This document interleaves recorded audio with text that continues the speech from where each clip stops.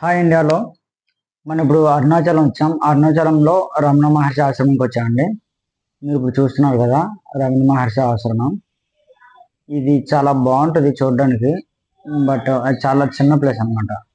మనము అరుణాచలం గుడి ఉంటుంది కదా, గుడి స్టార్టింగ్ వైపు ఉంటుంది అనమాట. ఇక్కడ మన అరుణాచలం, ఈ అరుణాచలంలో స్టార్టింగ్ మన వాకింగ్ ఏరియా అనేది ఎక్కడ స్టార్ట్ అవుతుంది అంటే, మన రమణ మహర్షి ఉంది కదా, ఇక్కడి నుంచే స్టార్ట్ అవుతుంది. ఇక్కడి నుంచే స్టార్టింగ్ పాయింట్. ఇప్పుడు మీరు చూస్తున్నారు కదా, ఇవన్నీ కూడాను రమణ మహర్షిలో ఉండే ఏరియా పార్ట్. ఇది ఇక్కడంతా కూడాను లైబ్రరీ ఉంటుంది. ఇప్పుడు ఇటువైపు ఇప్పుడు మీరు చూస్తున్నారు కదా, అటువైపు ధ్యానం గట్ట చేయడానికి ఏరియా ఉంటుంది. చాలా మంది వస్తారు చూడడానికి. అరుణాచలం వచ్చే వాళ్ళందరూ కూడాను ఇది చూడడానికి అనుకుంటారు. సో ఒక్కసారి వెళ్ళి రావడం అనేది చాలా ఉత్తమం అన్నమాట. ఎందుకంటే ప్రతి ఒక్కరు అడుగుతారు, రమణ మహర్షి దగ్గరికి ఆశ్రమంకి వెళ్ళారా వెళ్ళదా అనేసి.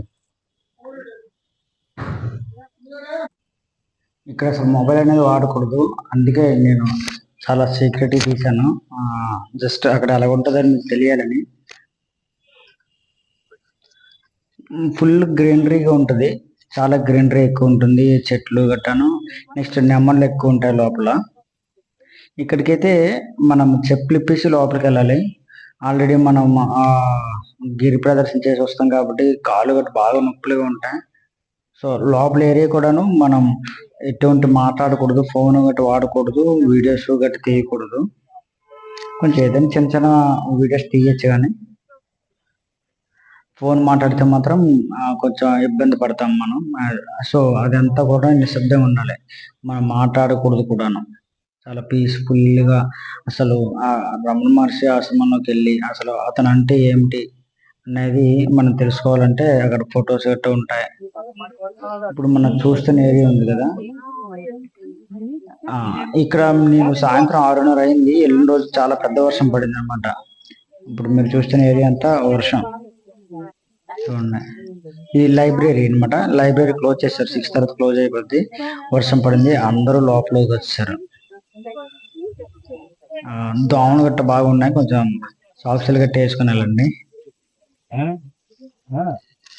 చిన్నపిల్లలు గట్ట కొంచెం సౌండ్ గట్ట చేయకూడదు, ఎందుకంటే అక్కడికి వెళ్ళి ధ్యానం చేయడం, ఏవైనా బుక్స్ గట్ట చదువుకోవడం, శివుడికి దండం పెట్టడం, ఇలాంటి ఒక అట్మాస్ఫియర్ ఉంటుంది, చాలా బాగుంటది.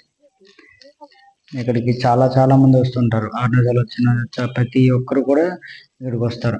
ఇక్కడే మన ధ్యానం చేయడం, లోపల కూర్చొని అందరూ కూడాను.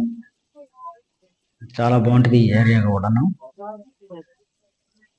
మనం మరి పెద్దగా ఎక్స్పెక్ట్ చేయకూడదు, ఆశ్రమం అంటే ఏదో 100 ఎకరాలు 50 ఎకరాలు ఉంటుందని. అయితే డిసప్పాయింట్ అవుతాం. జస్ట్ అతన్ని ఒకసారి స్మరించుకోవడం కోసం అక్కడికి వెళ్ళి చూడడం అనేది చాలా హ్యాపీ అండ్ మన అదృష్టం కూడాను. రమణ మహర్షి గారు అంటే చాలా ఫేమస్ కదా.